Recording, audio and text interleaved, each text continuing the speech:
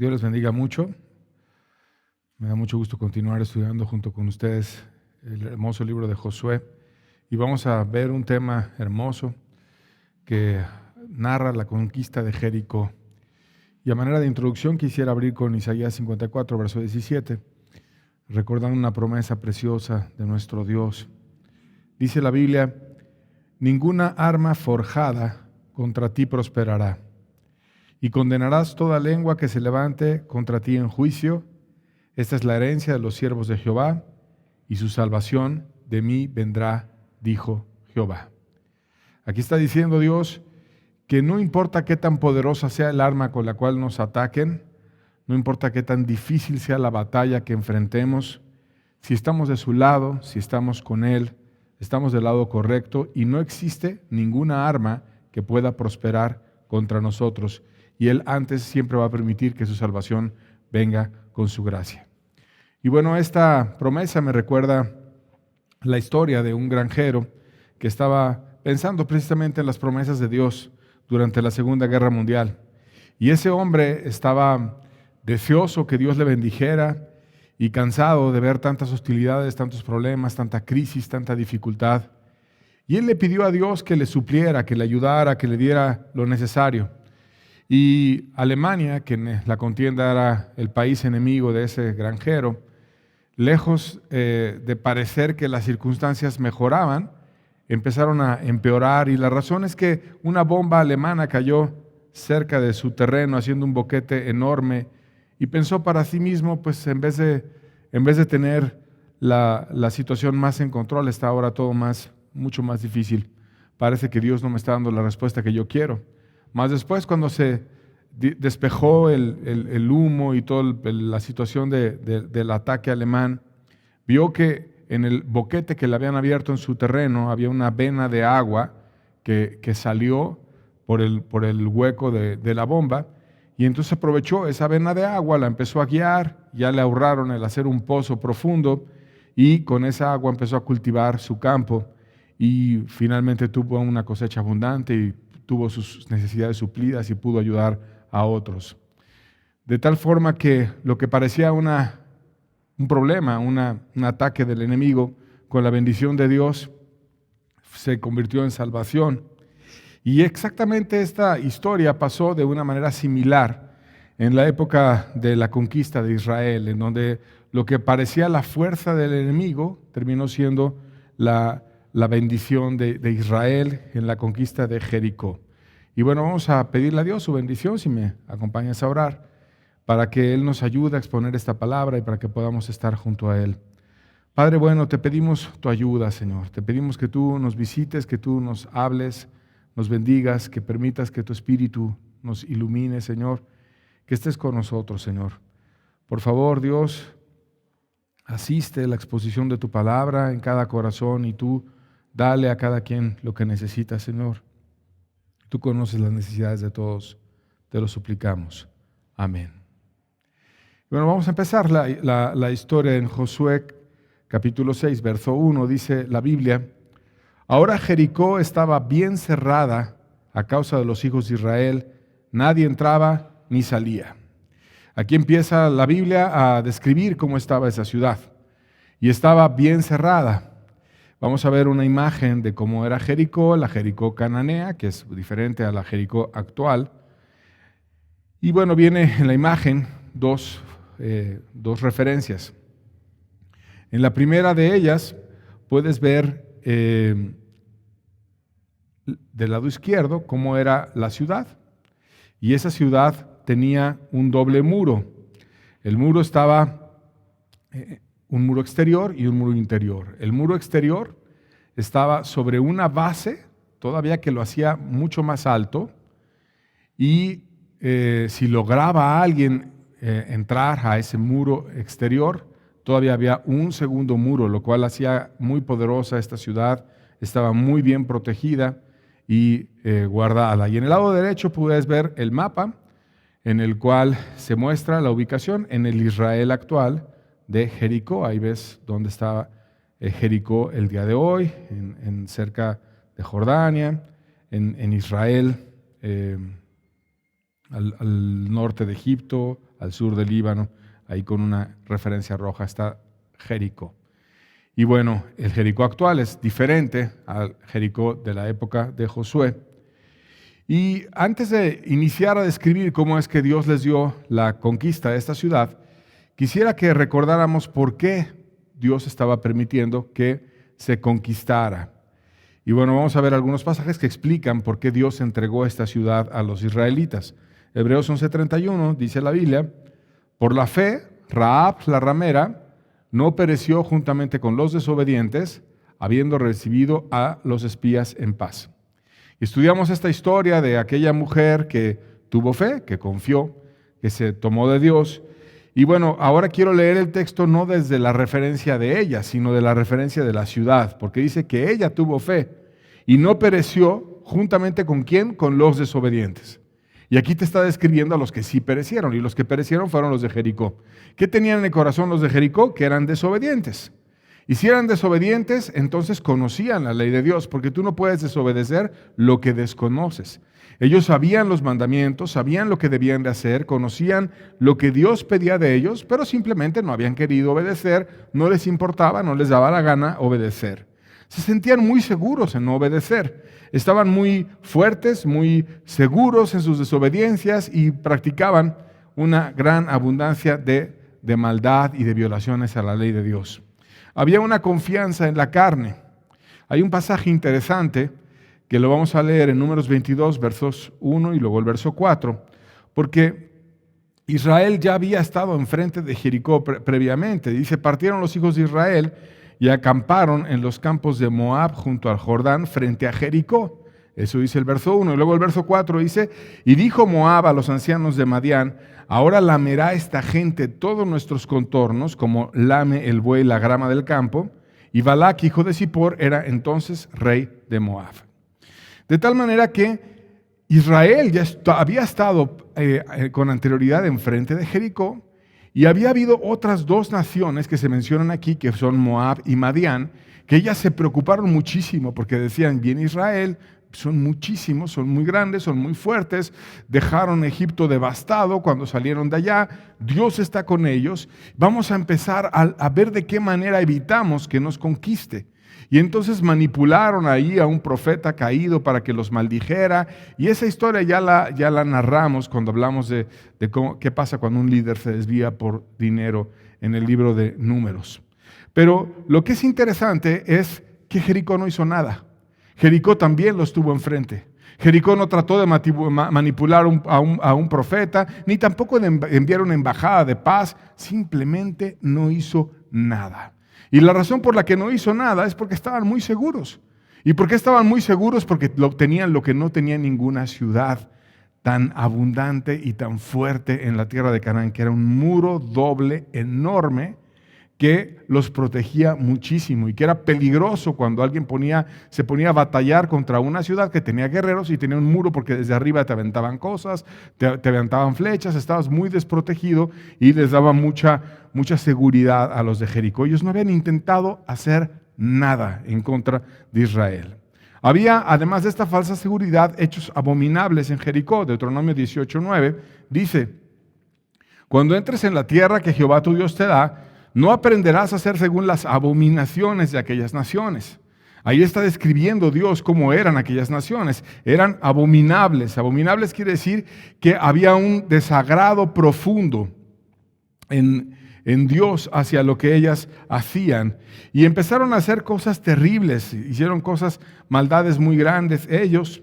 Y hay referencias históricas de cómo ellos en los ritos idolátricos que practicaban estaban llenos de inmoralidad sexual, en sus fiestas paganas, cómo hacían sacrificios a dioses paganos y también andaban buscando agradarlos, y parte de la forma de agradarlos era sacrificarles niños, y el sacrificio de niños era abundantemente practicado. Llegaron a encontrar después arqueólogos cementerios llenos de cráneos de niños pequeños sacrificados a los dioses paganos.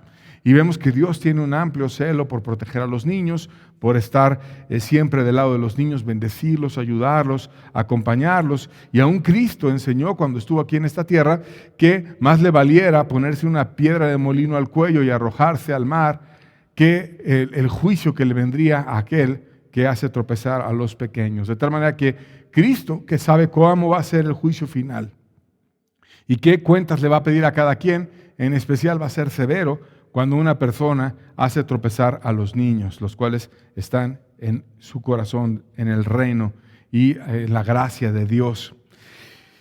Y bueno, Dios abominaba todo lo que ellos habían hecho, matando a niños y llevarlos a ídolos paganos y cayendo en engaños, de tal manera que vino la orden de conquistar Jericó. Estaban ellos simplemente malditos. Josué 6, versos 17, la primera parte del verso 17 dice: y será la ciudad anatema a Jehová con todas las cosas que están en ella. Y la palabra anatema quiere decir maldita. O sea, Dios estaba diciendo que la ciudad entera iba a ser maldita. Ya no iban a poder alcanzar su bendición, ya no iban a poder estar cerca de Dios, sino estaban totalmente maldecidos junto con todas las cosas que estaban en ella. Dios quería sentar un precedente, recordarles a todos la gran maldad que había en Jericó. Y era a tal grado la molestia de Dios sobre este lugar que decidió dejarla como un ejemplo a la ciudad entera para la posteridad. Y vamos a ver la instrucción que dio sobre esta ciudad. Josué 6, verso 26 dice: en aquel tiempo hizo Josué un juramento diciendo: maldito delante de Jehová el hombre que se levantare y reedificare esta ciudad de Jericó. Sobre su primogénito eche los cimientos de ella y sobre su hijo menor asiente sus puertas. Había una maldición, porque la ciudad quedó totalmente tomada, destruida, y después, con la unción de Dios, Josué terminó de parte de Dios diciendo una palabra profética: el que venga y reedifique esta ciudad va a tener problemas incluso en su familia y le va a ir muy mal, va a tener una maldición enorme. ¿Qué es lo que estaba buscando Dios? Dejar una referencia de una ciudad en ruinas para siempre, para que la gente recordara cómo la soberbia no te lleva a nada, cómo las falsas confianzas en cuestiones que no te pueden soportar no te llevan absolutamente a nada. ¿Por qué Dios actúa así? Isaías 26, 9, vamos a leer un pasaje para entenderlo. Dice: con mi alma te he deseado en la noche, y en tanto que dure el espíritu dentro de mí, madrugaré a buscarte. Porque luego que hay juicios tuyos en la tierra, los moradores del mundo aprenden justicia. O sea, cuando Dios viene y pone juicios en la tierra, la gente empieza a aprender justicia. La gente empieza a saber lo que es bueno, lo que es malo, y hace entiende lo que Dios está juzgando. Y decía la persona que hace esta expresión a Dios: con mi alma te he deseado en la noche, y yo voy a aprovechar el espíritu que tú me has enviado, porque cuando tú vienes y juzgas la tierra, la gente empieza a entender tu palabra y la gente empieza a voltearse para contigo. De tal forma que el que Dios juzgara a Jericó y lo dejara como un ejemplo para el mundo entero, era un recordatorio a todas las naciones para que no cayeran en los hechos abominables que había cometido Jericó. Ahora bien, el hombre es necio, y a pesar de que vienen esas advertencias, hubo desgraciadamente una persona necia que fue y reedificó Jericó. Y aunque Josué había dicho la palabra cientos de años antes de este acto, vamos a ver qué fue lo que pasó con esta persona que reedificó Jericó. Primera de Reyes 16, verso 34 dice: en su tiempo, Hiel de Betel reedificó a Jericó. A precio de la vida de Abiram, su primogénito, echó el cimiento, y a precio de la vida de Segub, su hijo menor, puso sus puertas, conforme a la palabra que Jehová había hablado por Josué, hijo de Nun. Dios tiene todos los tiempos delante de Él. Él sabe lo que pasó en la vida de cada quien, Él conoce el pasado y Él también sabe el futuro. De tal manera que Dios quería advertir a ese rey y a todos los demás que no reedificaran y que les vendría un juicio si lo hacían. Finalmente, el hombre necio, en vez de escuchar la palabra de Dios y decir, no, pues si Dios dice yo mejor no hago nada, no, empieza en la soberbia, igual que Jericó, que era una ciudad llena de soberbia, con sus propios escudos, con sus propias puertas, con sus propios conceptos, llenos de desobediencia, pero tenían una barda enorme, inmensa, un muro doble que los protegía ante cualquier cosa. Entonces valía la pena tener esas falsas confianzas, y por andar en falsas confianzas perdió a su hijo el primero, y también a su hijo menor, exactamente como Josué muchos años antes lo había profetizado. Tengan cuidado, porque viene un juicio de Dios si ustedes se rebelan y reedifican lo que Dios quiere que no sea reedificado. Y bueno, después de esto vamos a ver el proceso de la conquista de la ciudad.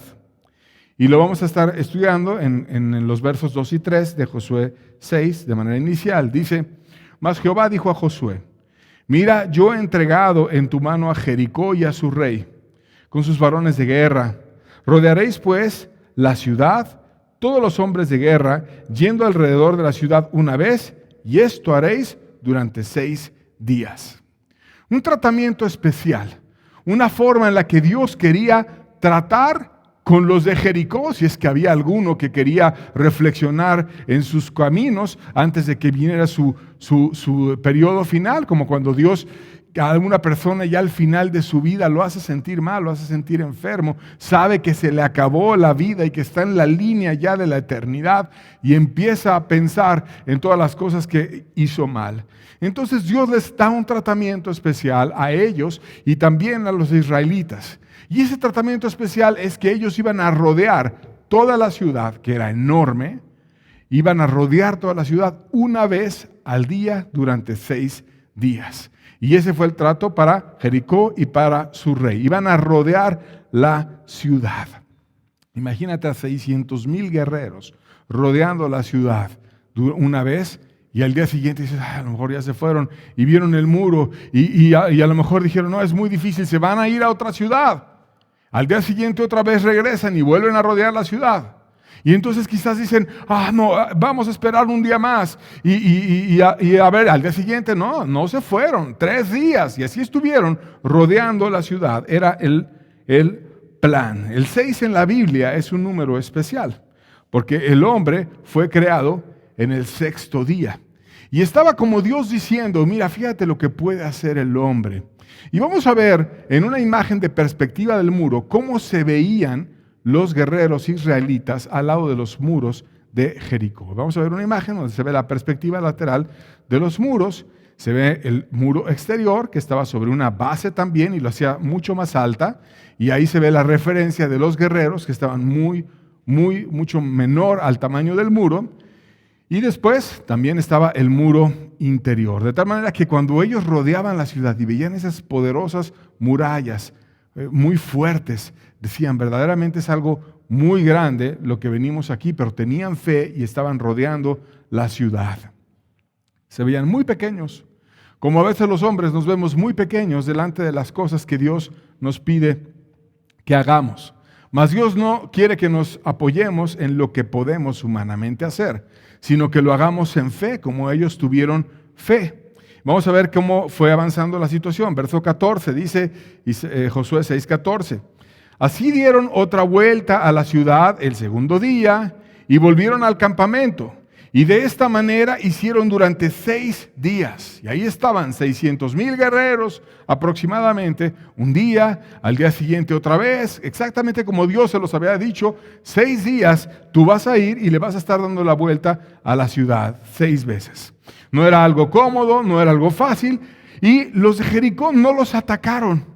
Nada más veían a los israelitas que estaban afuera de su muro, no los tentaron, no les dijeron nada, estaban tratando como de ser políticamente correctos, veían al ejército afuera, no les aventaban flechas, no había ataques, no había nada. Seguramente había una instrucción del rey, no los toquen, no les hagan nada, no queremos tener enemigos, solamente estamos protegidos por nuestros enormes muros y ellos van a terminar descubriendo que no pueden entrar. Y al día siguiente volvían, y al día siguiente volvían, y al día siguiente volvían, y así durante 6 días, y ellos estaban confiados en su fortaleza. Pero vamos a ver cómo Dios, cuando está con nosotros, nos da siempre la victoria, nos llena de promesas. Isaías 41, versos 10 y 11, dice la Biblia: no temas porque yo estoy contigo. No desmayes porque yo soy tu Dios que te esfuerzo. Siempre te ayudaré y siempre te sustentaré con la diestra de mi justicia. He aquí que todos los que se enojan contra ti serán avergonzados y confundidos, serán como nada y perecerán los que contienden contigo. Lo importante es que Dios venga, nos bendiga, nos acompañe. Eso es lo más importante. Y entonces Dios les esforzaba, les ministraba fe. Y cuando estaban viendo el muro y viendo allá a los que los veían desde arriba, decían: yo voy a ver a Dios. No importa que solamente traiga un escudo, una lanza, no importa.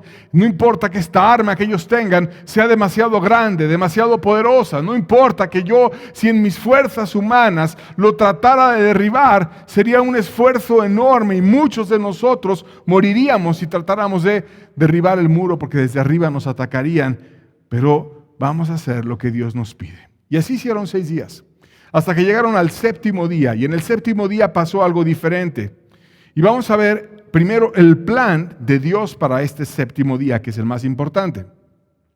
Josué 6, versos 4 al 5, dice: y 7 sacerdotes llevarán 7 bocinas de cuernos de carnero delante del arca, y el 7º día daréis 7 vueltas a la ciudad, y los sacerdotes tocarán las bocinas, y cuando toquen prolongadamente el cuerno de carnero, así oigáis el sonido de bocina, todo el pueblo gritará a gran voz, y el muro de la ciudad caerá, y entonces subirá el pueblo, cada uno derecho hacia adelante.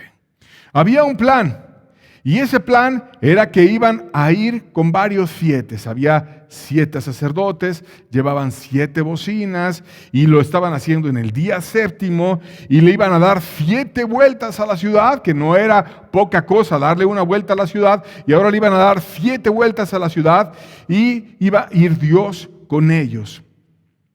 Ese 7 refleja muchas cosas.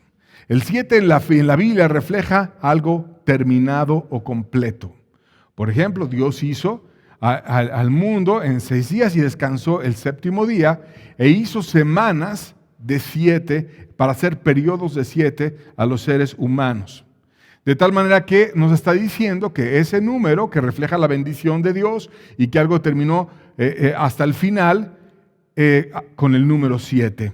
Naamán el sirio, por ejemplo, cuando él estaba buscando lavar su cuerpo de la lepra y también su alma, porque ese hombre entendió verdades espirituales y también sanó su cuerpo, él se bañó en el río que Dios le dio y dio 7 zambullidas, 7 veces se metió en el río, de tal manera que lo hizo y se metía con lepra y salía otra vez y seguía la lepra, y una segunda vez y seguía la lepra, y una tercera vez y seguía la lepra.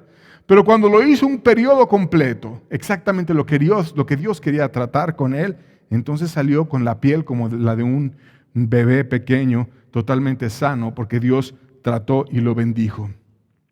Entonces, lo que te está diciendo la Biblia con este asunto de los 7 es que los hombres pueden llegar hasta 6 veces y darle muchas vueltas al asunto y tratarlo de resolver humanamente y descubrir en esos 6 días que dieron la vuelta, que en el número del hombre, que es difícil hacer las cosas según nuestra propia capacidad. Mas cuando no lo hacemos bajo nuestra propia capacidad, sino metemos la parte importante, que es la bendición de Dios, que venga el 7º, que venga el que todo lo resuelve, que venga el que todo lo puede, que venga Dios poderoso, majestuoso, el ser más sublime del universo, que nos venga a bendecir. Entonces lo imposible se hace posible. Y Dios viene y bendice. Y vamos a ver cómo ellos ejecutaron este plan. Versos 15 al 16 de Josué 6 dice: al 7º día se levantaron al despuntar el alba y dieron vuelta a la ciudad de la misma manera 7 veces. Solamente ese día dieron vuelta alrededor de ella 7 veces, y cuando los sacerdotes tocaron las bocinas la 7ª vez, entonces Josué dijo al pueblo: gritad, porque Jehová ha entregado la ciudad. Ese trato para los de Jericó era totalmente diferente. Ahora vienen con Dios. Ahora se levantaron desde que despuntó el alba. Ahora no dieron una vuelta y se fueron los hombres. No, sino ahora traen los sacerdotes. Y ahora viene Dios con ellos. Traen el arca, están junto con Dios. Ahora viene el poder de parte de Dios sobre nosotros y Dios mismo nos va a juzgar. Y viene una vuelta, y viene otra vuelta, y viene otra vuelta, y no se cansan porque Dios los ayuda. Y ahora le están alabando a Dios, le están expresando su corazón porque Él es digno de alabanza. Y porque si le alabamos, le cantamos, reconocemos su grandeza, Él viene y nos visita con poder y nos ayuda. Estamos en un verdadero problema. No pudieron esos guerreros. No pudieron el primer día, no pudieron el segundo día, no pudieron el tercer día, no pudieron el cuarto, el quinto, el sexto. Pero ahora fueron por su arma más poderosa. Ahora viene Dios con ellos. Ahora ellos están felices y están con sus trompetas exaltando a Dios. Ahora no van solos. Ahora ese Dios que abrió el río y ellos pasaron a través del río. Ese Dios que abrió el mar y ellos pasaron a través del mar. Ese Dios que hizo pedazos a los egipcios. Ahora ese Dios está rodeándonos una y otra vez y otra vez y otra vez y nos va a juzgar. Estamos perdidos.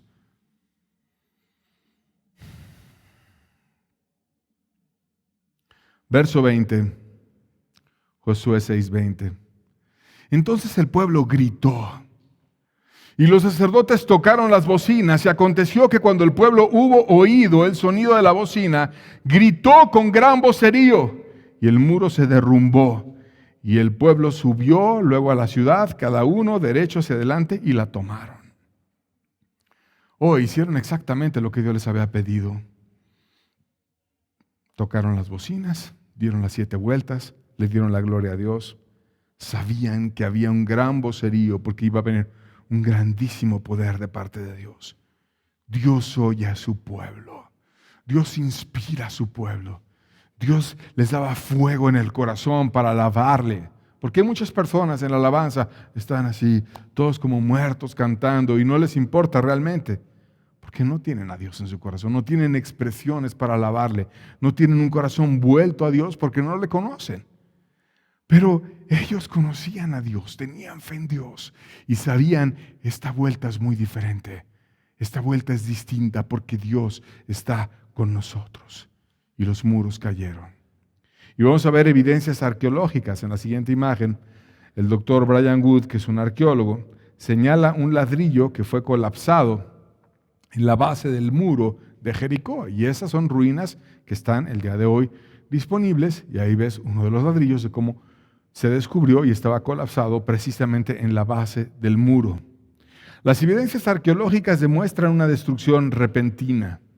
Los muros fueron derribados por una fuerza súbita que muchos interpretan como de un terremoto. La ciudad fue destruida y fue quemada. Incluso ellos encontraron grano quemado, que era de acorde con los meses que dice la Biblia, en los cuales se hizo la conquista de Jericó y debieron de haber tenido granos cosechados. Y bueno, vamos a ver una explicación gráfica del milagro en la siguiente imagen, para que veamos cómo los estudiosos entienden que los israelitas pudieron conquistar Jericó. Ahí ves de color rojo lo que fue el muro exterior cuando se derribó, que era junto con su base muy alto, y se derribó hacia la parte interna de la ciudad y generó una especie de rampa a través de la cual pudieron subir los israelitas. Después el muro interior también fue vencido y pudieron ellos básicamente alcanzar al muro interior y ya entrar a la ciudad. De tal manera que se hicieron una especie de rampas para que ellos pudieran acceder a la ciudad y la pudieran conquistar. Verso 17, la segunda parte del verso dice: solamente Rahab, la ramera, vivirá con todos los que estén en casa con ella, por cuanto escondió a los mensajeros que enviamos. Y ahí vemos la historia, la cual ya narramos, de aquella mujer que alcanzó a tener fe, que confió en Dios, que dijo: esos hombres tienen algo diferente y yo deseo que eso que es distinto esté en mi vida. Y ella se metió con toda su familia a su casa y esperó en Dios. Y literalmente ella fue salvada y llegó a ser incorporada al pueblo y no tuvo maldición, sino que tuvo bendición, protección, y su alma fue ganada para Dios. Y de esto también hay evidencias arqueológicas, porque parte del muro no colapsó. Vamos a ver una imagen del muro, según los arqueólogos actualmente, donde puedes ver todavía una parte del muro que no está derrumbada, si la ponen por favor. Y en el muro, las personas más pobres, cuando ya no tenían lugar dentro de la ciudad para ellos, solían en el mismo muro hacer sus casas, como aquella mujer prostituta que después fue redimida y cambiada, terminó haciendo su casa, y una parte del muro no fue derrumbado, como por ejemplo esa sección que estamos viendo, y bien concuerda totalmente con la historia de Rahab y de su familia que fue salvada. Ahora vamos a ver las razones del milagro. ¿Por qué se dio este milagro? Hebreos 11:30 dice la Biblia: por fe cayeron los muros de Jericó después de rodearlos 7 días. La razón por la que Dios bendijo a los israelitas es porque ellos tuvieron fe, tuvieron confianza. Dios me dice que yo vaya y rodee a Jericó, yo lo voy a hacer, exactamente como Dios lo dice. Dios me dice que yo vaya y lo alabe con bocinas y que Él va a venir y de alguna manera nos va a dar la entrada, lo voy a hacer. Y cuando hay esa fe, que es lo que después en el Nuevo Testamento se retoma esa historia para instruirnos a todos y recordarnos la fe de aquellos israelitas que confiaron en Dios, que no vieron el tamaño de la barda, que no vieron que era muy difícil, que no vieron que estaba imposible para los humanos, sino que vieron que Dios era mucho más grande que aquella barda y dijeron: Dios, para ti es posible derrumbar este muro. Y hicieron exactamente como Dios les indicó y Dios derrumbó aquel muro. Jesucristo, muchos años después, también habló de la fe y dijo que esa fe nos permitiría ver cosas poderosas. Juan 11:40, Él hablando a Marta, Jesús le dijo: ¿no te he dicho que si crees verás la gloria de Dios? Marta, ¿no te he dicho que si tú crees verás la gloria de Dios? ¿Y cómo estaba Marta? Marta estaba dolida porque le estaba enseñando a Jesús la tumba de su hermano, que ya tenía 4 días de muerto, y que aún en la cultura judía un alma estaba cerca del cuerpo 3 días, pero ya después de 4 días ya no estaba ni siquiera cercana al cuerpo, estaba ya en la eternidad. Pero Jesús le dijo: Marta, ¿no te he dicho que si crees verás la gloria de Dios? Si tú confías vas a ver cosas gloriosas. Y Marta confió. ¿Y qué pasó después? Que Jesús pidió que abrieran la tumba y le gritó a Lázaro, su hermano, y le dijo: sal fuera. Y salió. Y vino Lázaro la vida de regreso, porque si el autor de la vida llama su nombre, Él viene hacia afuera y la vida regresa a Él. Y algún día ese autor de la vida puede llamar tu nombre el día que entreguemos este cuerpo y tú vas a volver a la vida. Y qué hermoso será cuando lo primero que veas sea a Él, como Lázaro salió y vio a Jesús que le llamaba. Lo primero que oyó fue la voz de Cristo. La fe nos lleva entonces a tener cosas increíbles. La fe nos lleva a que lo imposible se haga posible. La fe nos lleva a ver la mano de Dios. En la fuerza humana podemos estar 6 vueltas dándole. Podemos estar cansados en un lugar desértico. Podemos estar esforzados. Pero cuando tenemos fe, Dios puede hacer lo que nosotros no podemos hacer. Dios nos puede además descubrir su presencia y su bendición. 2 Corintios 5, versos 5 al 7 dice: mas el que nos hizo para esto mismo es Dios. ¿Para qué nos hizo? Para andar confiados en Él, para tener comunión con Él, para caminar con Él. No te hizo para andar sufriendo, lleno de problemas y de angustias, sino te hizo para todo lo bueno. El que nos hizo para esto mismo es Dios, quien nos ha dado las arras de su Espíritu. Así que vivimos confiados siempre. Y sabiendo que entre tanto que estamos en el cuerpo, estamos ausentes del Señor, porque por fe andamos, no por vista. Oh, yo sé que no estamos ahorita en la presencia de Cristo, pero Cristo nos ha dejado una promesa, las arras. Como cuando alguien se va a casar con su amada y le deja un anillo de compromiso, un compromiso físico que yo te dejo de que tú y yo vamos a estar toda la vida pronto, nos vamos a unir en matrimonio y vamos a siempre estar juntos. Jesús también nos dejó un anillo de compromiso, que es su Espíritu Santo, las arras de su herencia. Y por lo tanto, porque vemos a su Espíritu que nos habla, que nos ministra, que nos consuela, que nos bendice, que nos guía, podemos andar por fe y no por vista.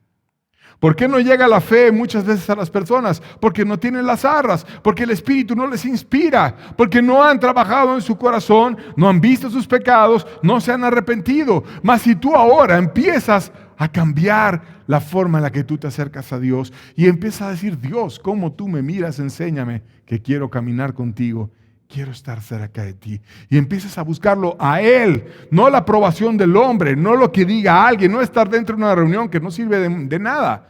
Los hombres fallamos. Dios es infalible y Dios te da las arras y Dios te da su Espíritu. Y vas a poder decir, como decía el pasaje, por fe andamos, no por vista. Lo mejor del milagro fue que Josué descubrió la compañía de Dios. No es que se caiga una barda, un muro enorme, sino es que Dios iba con ellos. Josué 6, verso 27 dice: estaba pues Jehová con Josué y su nombre se divulgó por toda la tierra. Lo mejor es que Jehová estaba con Josué.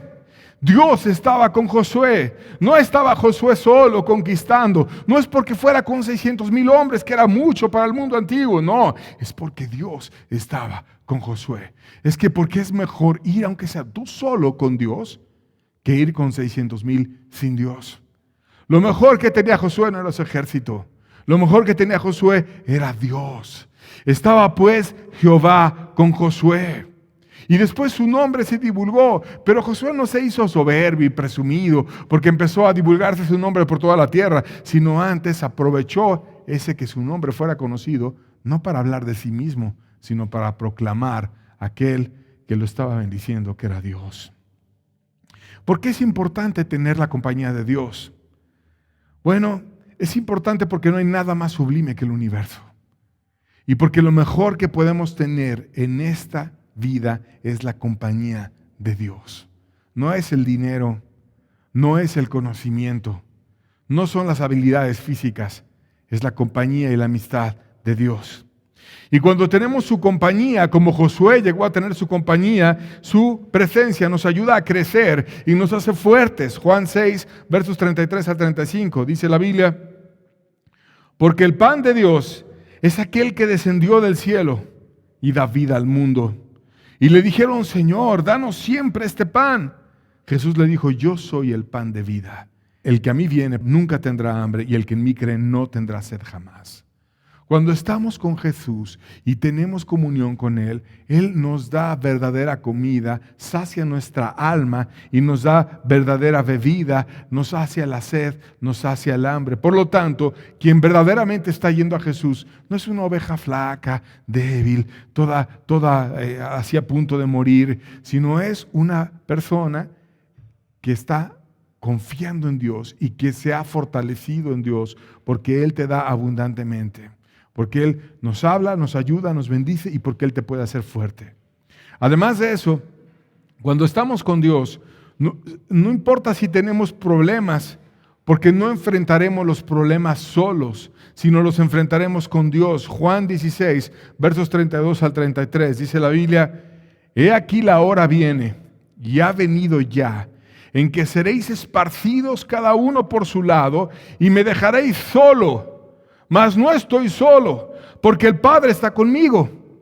Estas cosas os he hablado para que en mí tengáis paz. En el mundo tendréis aflicción, pero confiad, yo he vencido al mundo. Oh, Jesús se quedó solo cuando fue a su hora más oscura, que es la cruz, a cargar todos los pecados de la humanidad, a redimir el alma de cada ser humano que quisiera humillarse, arrepentirse y creer en Él, que quisiera acercarse a Él como Salvador. Y cuando hizo eso, los discípulos lo dejaron solos, se quedó siendo golpeado, atormentado, absolutamente solo. Y él sabía que se iba a quedar solo. Pero él decía, mas no estoy solo. El Padre está conmigo. Entonces lo mismo que era la fuerza de Josué, Jehová estaba con Josué, era la fuerza que tenía Jesús, el Padre estaba con Jesús. De tal manera que si el Padre estaba con Jesús, no importa si los hombres me dejan solo, no importa si yo estoy solo peleando, porque yo estoy con el Padre. Y muchas veces en esta vida estamos solos, en algún escenario, en otro escenario, pero si Dios está con nosotros, ¿qué importa? Porque no estamos solos y porque el más fuerte del universo nos acompaña, nos ayuda y nos da fuerza y nos da ánimo. ¿De qué nos sirve esta historia? Nos sirve para evitar que nosotros confiemos en falsas confianzas o en falsas fuerzas como los de Jericó, que estaban apoyados en sus bardotas y no en Dios, y terminaron muertos. Y que lejos de hacer eso, confiemos en Dios, que es más grande que cualquier dificultad, como hicieron los de Israel. Ellos se apoyaron en Dios, no importaba que tenían una lancita para tratar de tumbar un muro, lo importante es que Dios estaba con ellos. Y Dios vino y derrumbó ese muro. Y lo importante es que Dios está contigo, y no importa qué tan difícil se vea la obra que tú vas a enfrentar, si Dios está contigo, estás completo. Y todo lo que tú necesitas es la bendición de Dios. Termino con un pasaje, 2 de Pedro 2, 9, dice, sabe el Señor librar de la tentación a los piadosos y reservar a los justos para ser castigados en el día del juicio. Dios sabe cómo tratar a su iglesia. Y sabe librarte de la tentación, sabe librarte de la aflicción, de cualquier problema. Dios es experto en ello. Dios es más grande que cualquier dificultad. Dios es más grande que cualquier problema. Por tanto, amigo, pongámonos del lado de Dios, porque Dios sabe hacer que esa tentación sea librada y nos puede dar fuerza y gracia. Y Él sabe cómo ayudar al piadoso. ¿Quién es el piadoso? El que lo ama. Cambiemos nuestro corazón de estar ofendiendo a Dios a estarlo amando. Pongámonos de su lado y Él nos va a ayudar. Pero también dice el pasaje, sabe reservar a los injustos para ser castigados el día del juicio.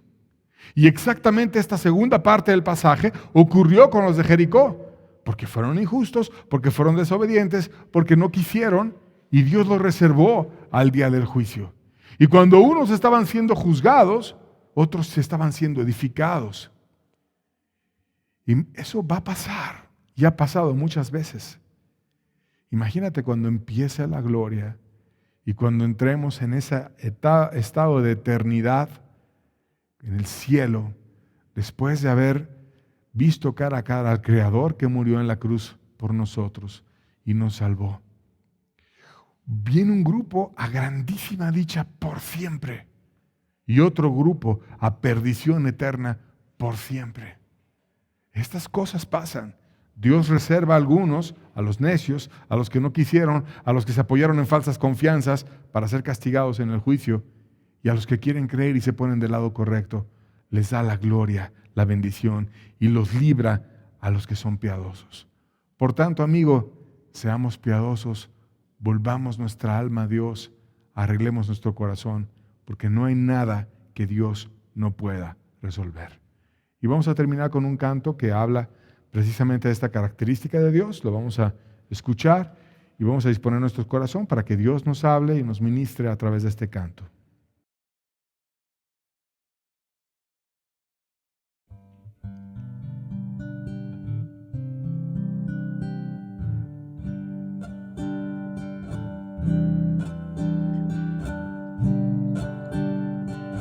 No hay problema tan grande que Dios no resuelva. No hay montaña tan alta que Dios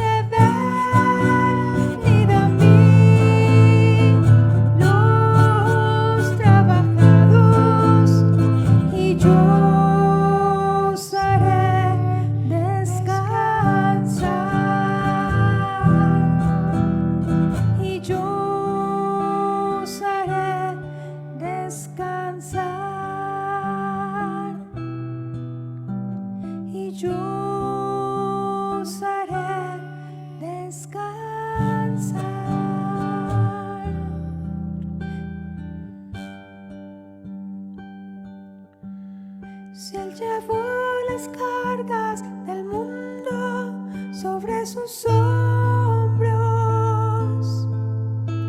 Las cargas que a ti te agobian, Él las llevará.